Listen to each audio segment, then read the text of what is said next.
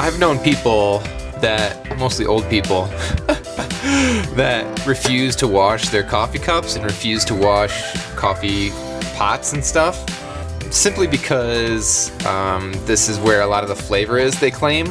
Because essentially coffee is flavorless and tasteless, right? But this is unintentional and I'm cleaning it right now. We are going to work on that 1:16 ratio. This is Karinga. Amazing. So 21 would be normal for my larger cups, but I'm not making a larger cup today. So I'm going to need about 18? 18? Get that 18? 18 and a half. We'll call that good. 19. 18. Alright. So guys, Madcap is the original roaster that a long time ago got me into specialty coffee. I remember my first experience at Madcap. I walked up to the counter and I was like, okay, so what do you got? You got a light roast or a dark roast or a medium roast? What's brewing today? And they were like, yeah, it's not really about medium roast, light roast, or dark roasts. It's more of a coffee experience. If you're new, why don't you try... I don't even remember what they suggested. It probably was Finca de Dios, because I think that had been my favorite coffee from Madcap for a long time afterwards. But look at this roast and how individual each one looks, and man, this is good coffee, guys. It's from Kenya, Karinga, and right now, this week, is actually when Starbucks and all the other local places have now released pumpkin spice. By the way, I'm originally from Grand Rapids, so, yeah, that's why. Anyways, and with my first tasting of this, I actually could really taste a lot of the, a lot of pumpkin spice in here as well, and some cinnamon notes. And Guy wants attention.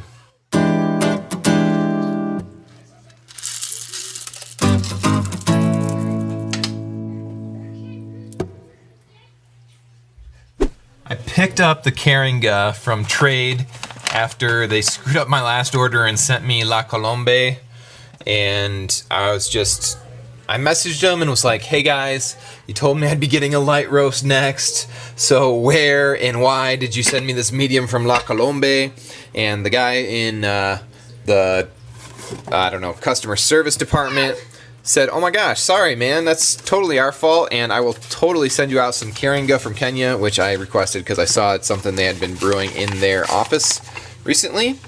And honestly, this almost makes me think about going to Madcap and just getting Roaster's Choice subscription, which I go through these bags of coffee in about a week, and if I keep Trade, I might do Trade every other week and then do the every other week Madcap, and then maybe I would be a happy camper all the time. Anyways, always pre-soak your filters, guys. Let's get that going. Whole bean is the way to go always, in my opinion. We're almost ready. Oh yeah.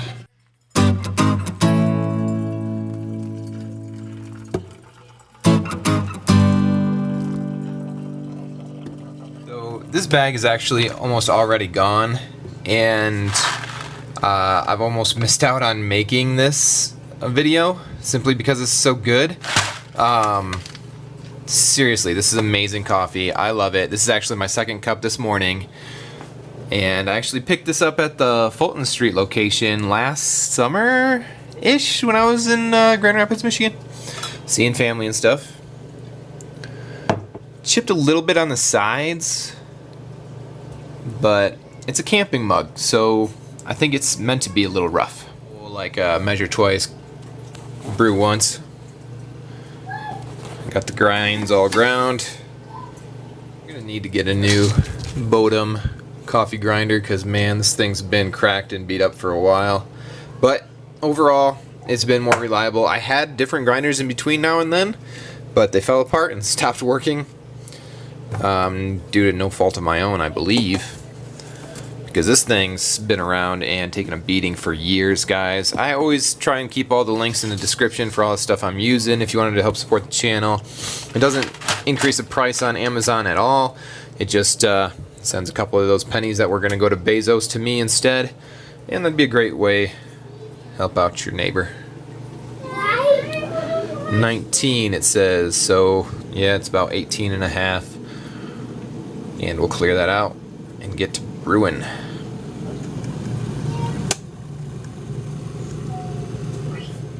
Alright, so the perfect 1 to 16 would be 296, so I'll try and pour this up to about 75, I guess, and then let it rest and bloom. Let all those bubbles come out, the rainbows come through. Get it nice and evenly soaked. Oh yeah, look at those rainbows coming up.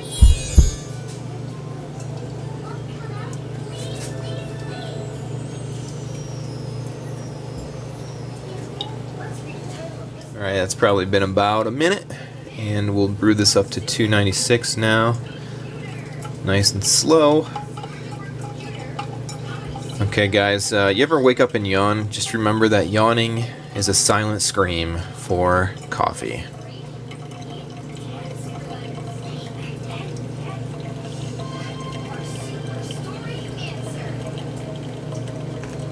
Ooh, just barely over.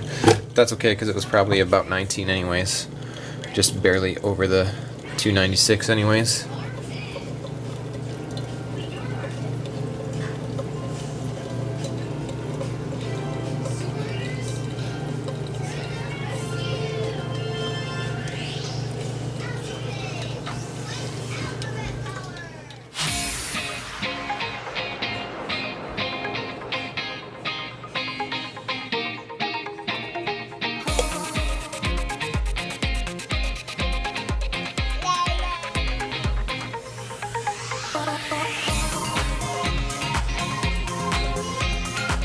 These mugs definitely help keep it warm for a long time, and if you got cold brew in here, then it keeps it colder even longer. But yeah, overall guys, this cup has amazing bursting citrus notes. It's got some really nice lemongrass aftertaste, and I really did taste some cinnamon, pumpkin spice flavorings in the first time I tried this. And this is actually my second coffee today. It's just been one of those mornings that, wow, that first cup was great, let's go for another one. And I actually might add some cream in this, not to redeem it though this time, but just to further enjoy the complex flavors that are hidden within that cream can help bring out. But yeah, overall guys, this has been fantastic cup, fantastic brew, and I would highly suggest it.